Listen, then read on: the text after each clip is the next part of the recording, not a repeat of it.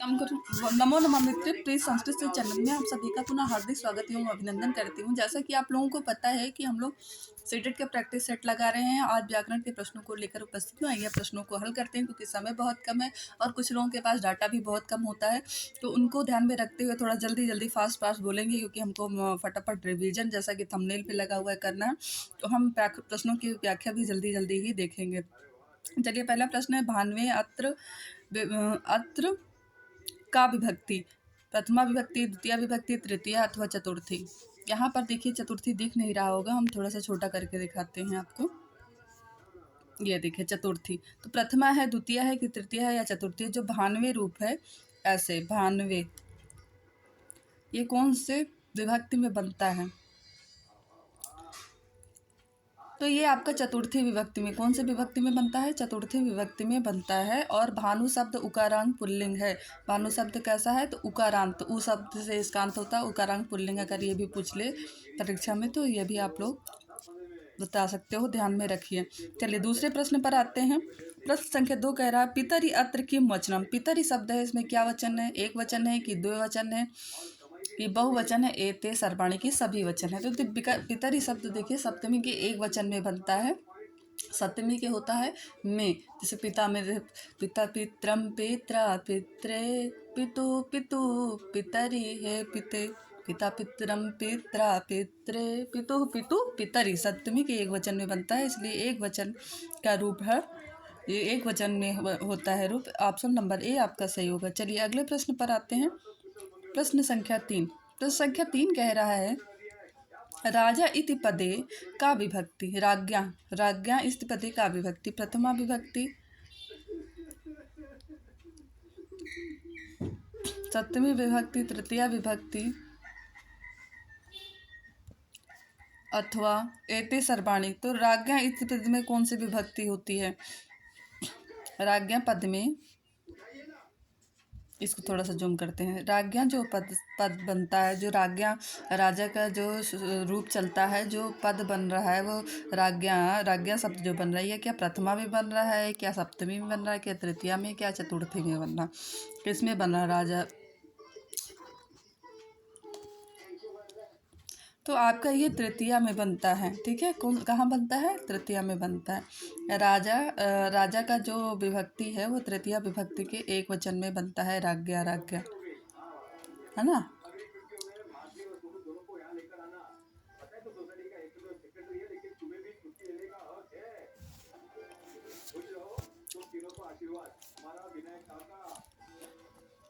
चलिए अगले प्रश्न पर आते हैं। प्रश्न संख्या 4। प्रश्न संख्या 4 कह रहा है, कि मति शब्द से सप्तम्याः किम रूपम भवति। मति शब्द की सप्तमी में क्या रूप होता है? मति शब्द का जो शब्द रूप चलता है वो मति जो है कि सप्तमी विभक्ति में उसका क्या रूप बनेगा? मति शब्द का शब्द रूप में सप्तमी विभक्ति में क्या बनेगा? क्या मत्याम बनेगा, या मति बनेगा, या मत्या बनेगा, या मत्य बनेगा? तो सप्तमी विभक्ति में क्या रूप बनेगा, इसका बताइए। इस शब्द का सप्तमी विभक्ति में क्या रूप बनेगा? मति शब्द का सप्तमी विभक्ति में क्या रूप बनेगा? तो मति का शब्द रूप ऐसे चलता है, मति, मति, मत्या, मते, मते, मते, मते, मते, मत्याम, हे मति। तो आपका क्या बनेगा? मत्याम। ऑप्शन नंबर ए आपका सही होगा। ऑप्शन नंबर ए सही होगा। मति, मत्याम, मत्या, मते, है ना। तो आपका क्या बनेगा? मत्याम बनेगा।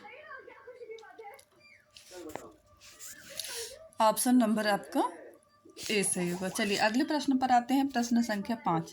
प्रश्न संख्या 5 कह रहा है कि नद्या इति पदे का विभक्ति। प्रश्न संख्या 5 कह रहा है कि नद्या इति पदे का विभक्ति। इस पद में क्या विभक्ति है? जो नद्या पद दिया गया है, इस पद में कौन सी विभक्ति है?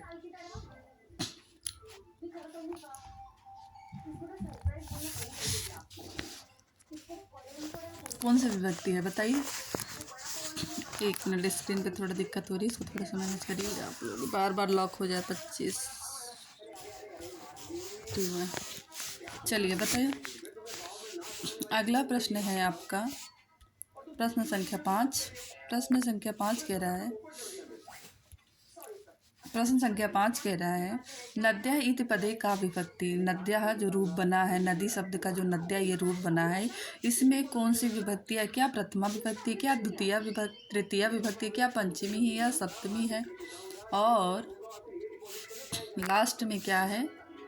हाँ, प्रथमा है कि तृतीया है कि पंचमी है या सप्तमी है? नद्या रूप जो बना है नदी शब्द का, मूल शब्द है नदी, नदी का रूप चलता है। इकारांत स्त्रीलिंग है नदी शब्द, इसका रूप चलता है नदी, नदीम, नद्या, नद्य, नद्या, नद्या, नदी, नदीम, नद्या, नद्य, इस तरीके से रूप चलता है। तो जो नद्या रूप है ये प्रथमा में बनता है, तृतीया विभक्ति में बनता है, चतुर्थी में बनता है, पंचमी में बनता है अथवा सप्तमी में बनता है।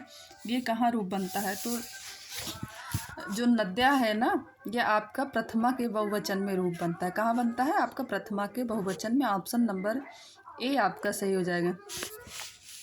ठीक है, चलिए अगले प्रश्न पर आते हैं। और प्रश्न देखिए, शब्द रूप से बहुत प्रश्न बनते हैं, तो शब्द रूप में जो मुख्य शब्द रूप जो अक्सर पूछ ही लिए जाते हैं, बहुत इंपॉर्टेंट होते हैं, तो उनको आप प्रैक्टिस सेट लगाते रहेंगे तो तब भी थोड़ा सा ध्यान में रहता है। और अगर शब्द रूप बहुत ज़्यादा याद करने का तो टाइम है ही नहीं, लेकिन याद कर सके तो इकारांत उकारांत इस तरीके से कुछ पुल्लिंग शब्द रूप इंपॉर्टेंट है और कुछ स्त्रीलिंग के, उनको याद कर लीजिए। चलिए अगला देखिए। खैर यहाँ बहुत ज़्यादा समय देने का कोई मतलब नहीं है, इसलिए कि और भी आपका सब्जेक्ट है उस पर फोकस करिए। और शब्द रूप धातु रूप एक ऐसा टॉपिक है ना जो संस्कृत पढ़ने वाले अभ्यर्थी के लिए थोड़ा सा कहते हैं टफ माना जाता है, पर मुझे नहीं ऐसा लगता, क्योंकि ये सबसे आसान टॉपिक मुझे लगता है। अब खैर अपना अपना मंतव्य है। चलिए प्रश्न संख्या 6 पर आते हैं। मातृभी इति पदे का विभक्ति। मातृभी इति पदे का विभक्ति। तृतीया विभक्ति, चतुर्थी विभक्ति, सप्तमी विभक्ति अथवा तृतीया विभक्ति। मातृ मूल शब्द है इसका, मातृ ऋकारांग पुल्लिंग है। अगर पूछ लिया जाए माता शब्द का, माता जो है वो शब्द रूप है, तो क्या कहेंगे? ऋकारांत है कि आकारांत है? तो बहुत जाने आकारांत लिख देंगे, क्योंकि यहाँ माता में देखने बड़ा अंत में आया है तो आकारांत लिख देंगे, जबकि ये गलत है। मूल शब्द है मातृ। संस्कृत में माता नहीं मातृ होता है, और मातृ का रूप चलता है, तो ये ऋकारांत स्त्रीलिंग है, शब्द है। चलिए इसमें बताया है मातृ भी आपका कहाँ बनेगा, तो मातृ भी आपको देखिए तृतीया के बहुवचन में बनता है। ठीक है, माता, मातरम, मात्रा, मात्र, इस तरह प्रथमा बनता है। फिर आपका द्वितीय में माता, माता, माताभ्यम, माताभ्याम, माताभ्याम, फिर मात्यो, मात्यो, इस तरीके से है माता। फिर आपका जो है लास्ट में बनता है मात्रा, हम मात्रान, मातृ भी इस तरीके से बनता है। तो मातृ भी जो आपका प्रथमा के बहुवचन में बनता है ना, प्रथमा के बहुवचन में आपका मातृ भी रूप बनता है। अब इसमें से देखिए कई प्रश्न हो गए आपके एक प्रश्न से। चलिए 7वां प्रश्न देखिए। रामस्य, प्रश्न संख्या 7 पर आते हैं। प्रश्न संख्या 7 को देखिएगा, ये क्या होगा? प्रश्न संख्या 7, प्रश्न संख्या 7 कह रहा है रामस्य इति पदे का विभक्ति। रामस्य इस पद में कौन सी विभक्ति होती है? रामा, रामम, राम, ऐसे रूप चलता है। रामा, रामो, रामा, रामम, रामो, रामान, रामेण, रामाभ्यम, रामई, रामाय, राम, रामात, रामाभ्यम, रामभ्य, रामस्य, रामयो, रामाणा, रामस्य। तो कौन सी विभक्ति हुई आपकी? षष्ठी विभक्ति। षष्ठी विभक्ति के एक वचन में आपका बनता है रामस्य शब्द। और आदसा, या देखिए पुल्लिंग देखिए, शब्द तो 99% आपका षष्ठी विभक्ति में बनता है। आदसा हो और या हो, ऐसे जैसे रामस्य, कृष्णस्य, है ना, इस तरीके पुस्तक, इस तरीके से अगर शब्द है और उसमें जो है देख रहे हैं आप, तो वहाँ पर 99% होता है कि आपकी षष्ठी विभक्ति और एक वचन का रूप है ये आपका। चलिए अगले प्रश्न पर आते हैं। प्रश्न संख्या 8। प्रश्न संख्या 8 कह रहा अर्चेत अत्र कहा लकारा। अर्चेत अत्र कहा लकारा। पठेत, पठेताम, पठेयु, इस तरीके से रूप चलता है। तो अर्चेत में आपका क्या लकार है बताइए?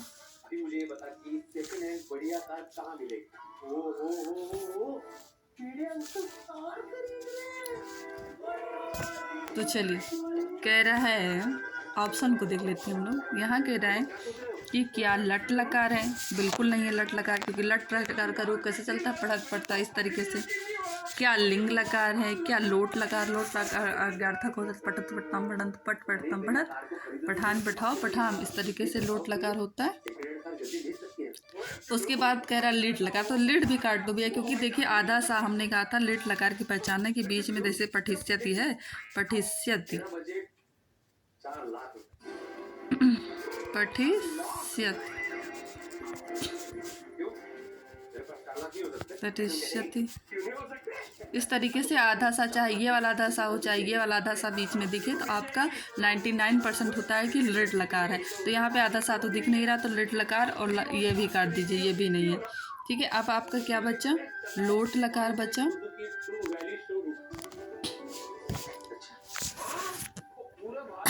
आपका क्या बचा, आपका बच रहा है यहाँ पर, आपका बच रहा है लोट लकार और लिंग लकार। तो लोट लकार आज्ञार्थक होता है, उसका रूप चलता पठत पठताम पठन, पठ पठतम पठत, पठान पठाओ पठाम। तो लोट लकार भी नहीं बचा आपका लिंग लकार। तो आपका अर्चित जो है वो आपका कैसा कौन सा लकार है, लिंग लकार है। चलिए अगले प्रश्न पर आते हैं। लकार मुख्य रूप से 5 ही लकार होते हैं, लेकिन यहाँ पूछ लिया गया है। तो तब चलिए अगला 9वां प्रश्न है। ई धातो लट लकार रूपम भवति। ई धातु लट लकार, ई धातु का लट लकार में रूप क्या बनेगा, लट लकार में क्या रूप बनेगा, क्या एति बनेगा, क्या एतु बनेगा, क्या इच्छत बनेगा, क्या इयात बनेगा। एति रूप बनेगा ई धातु का लट लकार में, कि एतु बनेगा, कि इच्छति बनेगा, या इयात बनेगा। लट लकार पूछा जा रहा है, तो आप बताइए कौन सा रूप बनेगा। यहाँ पर आपका रूप क्या बनेगा, एति, एति रूप बनेगा। ई का ए आदेश हो जाएगा, जैसे पठति पढ़ते हो ना, पठति पढ़ता पठति लट लकार में, वैसे एत एता एति, इस तरीके से रूप बनेगा। एति आपका रूप यहाँ पर बनेगा। चलिए अगले प्रश्न पर आते हैं। प्रश्न संख्या 10। प्रश्न संख्या 10 कह रहा है कि गायति इति पदे का धातु, गायति इति पदे का धातु, जो गायति पद बना है इस पद में कौन सी धातु यूज हुई है, गायति में कौन सी धातु यूज हुई है। कह रहा है क्या गय धातु यूज हुई है या गाय धातु। गाय तो बिल्कुल काट दीजिए, गाय कोई धातु नहीं है। धातु क्रियापदों को धातु कहते हैं। तो देखिए गाय क्या है, एक संज्ञा है, तो ये कहीं से भी जो है ये तो एकदम गलत ऑप्शन है, तो तुरंत काट देना चाहिए। और गा या गाम, तो गाम भी देखिए पूरी तरह गलत है, गाम भी पूरी तरह देखने से ही गलत लग रहा है। गय है नहीं और गाय है नहीं, तो आपका जो गायति है वो, अच्छा गा भी नहीं है, गा कोई धातु नहीं, हाँ ये गलती से काट दिया। गाय भी नहीं है और आपका ये भी नहीं है, तो आपका जो गायति रूप है ना वो गय धातु है। कौन सी धातु है, गय धातु।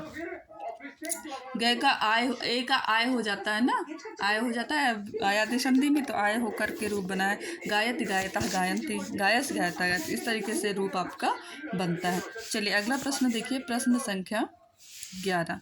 प्रश्न संख्या 11 क्या कह रहा है। प्रश्न संख्या 11 कह रहा है कि छिपेत इति पदे कहा पुरुषा। छिपेत इति पदे क्या पुरुषा, प्रथम पुरुषा, मध्यम पुरुषा, उत्तम पुरुषा, अधमा पुरुषा।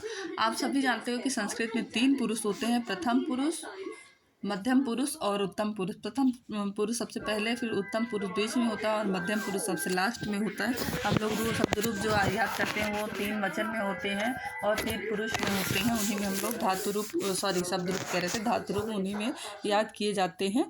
तो चलिए छिपेत इति पदे का पुरुषा, यहाँ पे पूछा जा रहा है कि एक छिपेत जो पद बना है उसमें कौन सा पुरुष है, क्या प्रथम पुरुष का ये रूप है या मध्यम पुरुष का है कि उत्तम पुरुष का। तो आपने पढ़ा होगा पठेत पठेताम पठेयु, इस तरीके से पढ़ा होगा लोट लकार में। तो देखिए पठेत कहाँ पे बना है,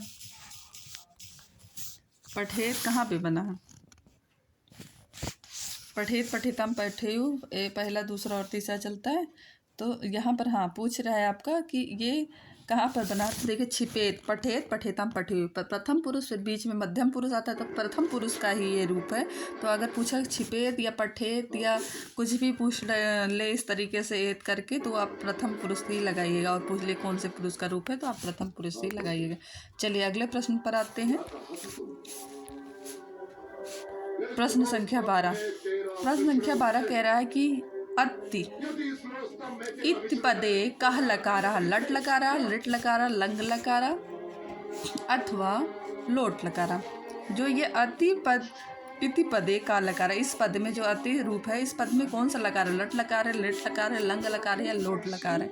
बताइए कौन सा लकार है।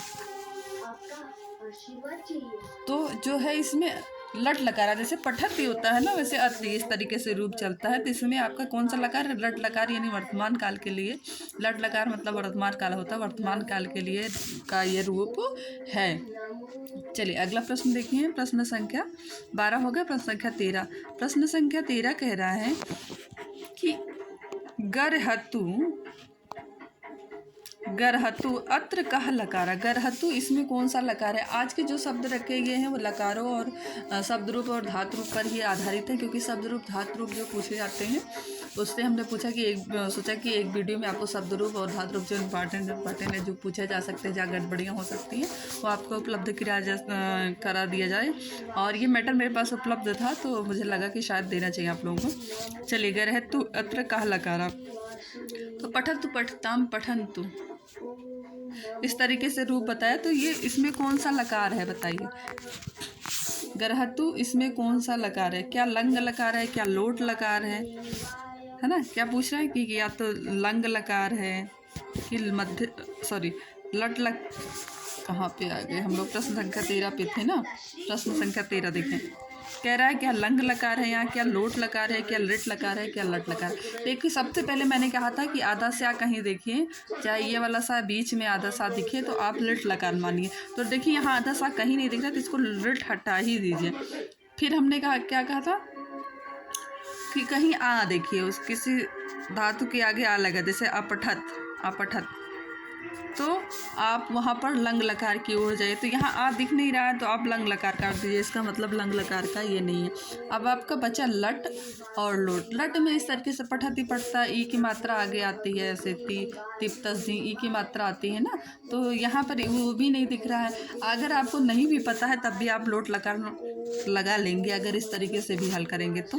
और वैसे ये गरहतु जो है लोट लकार का है, और लोट लकार का रूप ऐसे ही चलता है, पठतु पठताम पठन्तु पठ पठतम पठत। तो यहाँ गरहतु है तो प्रथम पुरुष एक वचन का रूप है ये, और लोट लकार का है आपका। चलिए अब देखते हैं अगला प्रश्न, प्रश्न संख्या 14। प्रश्न संख्या 14 कह रहा है कि भिन्नति क्रियायाः हिंदी भाषायाम अर्था अस्ति। भिन्नति क्रिया के हिंदी भाषा में अर्थ है। क्या अर्थ है? तोड़ना, खाना, मांगना या फिर चमकाना। तोड़ना, खाना, मांगना या चमकाना। भिन्नति शब्द का संस्कृत जो कि शब्द है भिन्नति, इसका हिंदी में क्या अर्थ है ये पूछ रहा है। क्या तोड़ना है, क्या खाना है, क्या मांगना है, क्या चमकाना है? आप लोग बताइए कि इसका हिंदी में क्या अर्थ हो सकता है, गेस करिए कुछ। तो भिन्नति मतलब होता है तोड़ना। क्या होता है? तोड़ना। खाना नहीं होता। देखिए खाना तो वैसे भी भिन्नति देखने से ही लग रहा है कि खाना नहीं होगा। चमकाना भी नहीं होगा, शब्द देख के ही लग रहा है। आप मांगना इसमें कंफ्यूज हो सकते हैं, लेकिन तोड़ना इसमें ज़्यादा बेस्ट है, और तोड़ना होगा भी।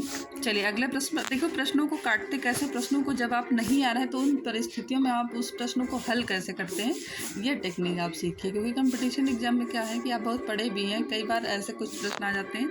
देखिए आप बहुत भी पढ़ लीजिए, लेकिन 5 से 10% प्रश्न ऐसे रहते हैं ना कि जो आपको कठिन लगते हैं, तो उन प्रश्नों को आपको कैसे हल करना है, तो उनको हल करने का यही आप टेक्निक खासतौर पर संस्कृत में अपनाइएगा जहाँ नहीं समझ में आए। तनुयात अत्र कह लकारा।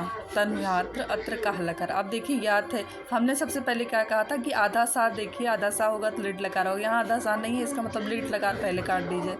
अब हमने क्या कहा था लंग लकार के लिए कि आगे आ होगा, तो देखिए आगे ये वाला आ नहीं है तो इसको भी काट दीजिए, है ना।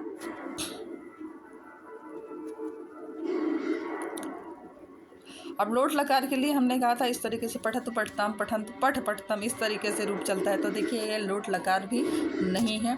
अब आपका बचा क्या? तनुयात। क्या बचा आपका? तनुयात। तो तनुयात में कौन सा लकार है? विधलिंग है, और विधलिंग लकार का रूप भी ऐसा चलता है ना, पठेत पठेताम पठेयु पठे, इस तरीके से रूप भी इसका चलता है। तो ये आपका ऑप्शन नंबर आपका डी सही हो जाएगा। चलिए अगले प्रश्न पर आते हैं, प्रश्न संख्या 16। प्रश्न संख्या 16 क्या कह रहा है? पत्रैः इति पदे का विभक्ति? तृतीया विभक्ति, चतुर्थी विभक्ति, पंचमी विभक्ति या सप्तमी विभक्ति? पत्रई इति पदे का विभक्ति, क्या तृतीया है, क्या चतुर्थी है, कि पंचमी है या सप्तमी है। तो एक ट्रिक आप जान लीजिए, ऐ की मात्रा ऐसे लगी हो और यहाँ विसर्ग हो तो ये 100% तृतीया के बहुवचन में ये रूप बनता है। दो चोटी ऊपर हो और ऐसे हो, यहाँ विसर्ग हो तो ये तृतीया का आपका बहुवचन का रूप होता है। तृतीया के बहुवचन में ये रूप बनता है। और ऐसे ऐसे हो खाली, ऐसे ऐसे हो तो चतुर्थी के एक वचन में रूप बनता है, लेकिन यहाँ पे विसर्ग हो तृतीया के बहुवचन में। तो जो पत्रई शब्द है वैसे भी ये कहाँ बना है, तृतीया विभक्ति में बनेगा। आपका कौन सी विभक्ति में बनेगा, तृतीया विभक्ति। ऑप्शन नंबर ए आपका सही होगा। चलिए अगले प्रश्न पर चलते हैं। प्रश्न संख्या 17। प्रश्न संख्या 17 कह रहा है कि सरिते सरिते इति पदे का विभक्ति, जो सरिते है इस पद में कौन सी विभक्ति है, चतुर्थी है, प्रथमा है, सप्तमी है अथवा तृतीया है। कौन सी विभक्ति, चतुर्थी, प्रथमा, सप्तमी अथवा तृतीया, कौन सी विभक्ति है सरिते शब्द में।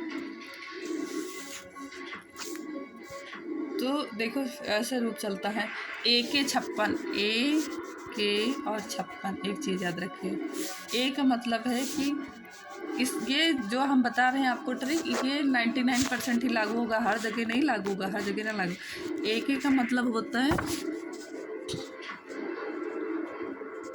कि ये तृतीया है, में आ होगा, ऐसे आ की मात्रा लगी रहेगी। और के का मतलब होता है ए की मात्रा या आई की मात्रा होगी तो ये चतुर्थी विभक्ति होगी ज़्यादातर।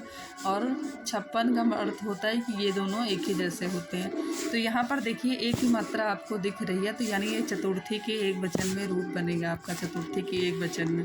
अगर आपको शब्द रूप नहीं आ रहे तब के लिए ट्रिक है, ठीक है।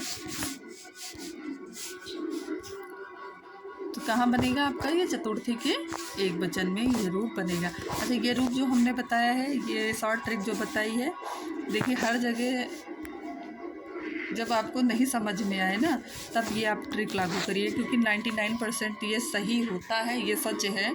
जितना सच ये है कि 99% ये लागू होता है ये ट्रिक, उतना ये भी सच है कि 1% नहीं भी लागू होता है। तो चलिए अगले प्रश्न संख्या 18 पर आता है। यहाँ पे पूछा गया पट धन तुमुन इत्र किम रूपम। पट धन तुमुन इत्र किम रूपम, यानी पठ और धातु में तुमुन प्रत्यय है, इस प्रत्यय को जोड़ेंगे तो रूप क्या बनेगा, क्या पठितम बनेगा, क्या पठितुम बनेगा, कि पठितम बनेगा, ये पठितुम बनेगा। देखिए पठितुम देखने सही लग रहा है, कुछ ऑप्शन तो बकवास होते हैं, उसको सबसे पहले कर देना।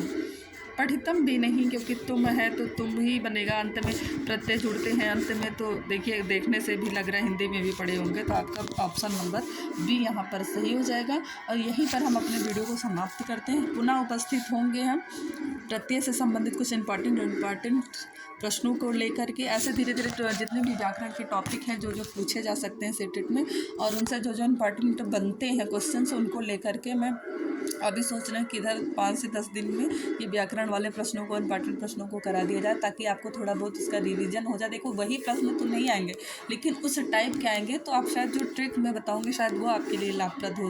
क्योंकि जैसे शब्द रूप धातु रूप वाला ट्रिक बताया हमने कि कैसे आप पहचान सकते हो कि कौन से विभक्ति का है और कौन से वचन का है, धातु रूप कैसे पहचान सकते हो। तो इस तरीके से मैं ट्रिक के माध्यम से आपको जो है प्रत्यय इत्यादि को भी बता दूंगी। मेरी कोशिश रहेगी कि मैं बहुत अच्छे से बहुत अन्य कई जगहों से मैटर इकट्ठा करके आपको दूं।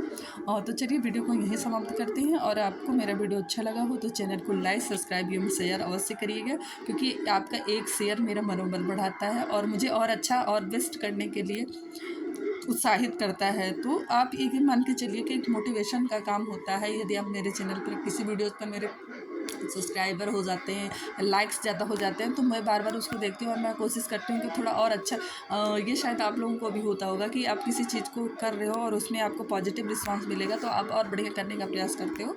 तो इस चीज़ को ध्यान में रखते हुए चैनल को लाइक, सब्सक्राइब एवं शेयर अवश्य करें। आप स्वच्छंद हैं, इसके लिए कोई बाध्य नहीं किया जा रहा है आपको। चलिए ठीक है, नमः संस्कृत है, नमो नमः। मिलते हैं फिर नए वीडियो के साथ।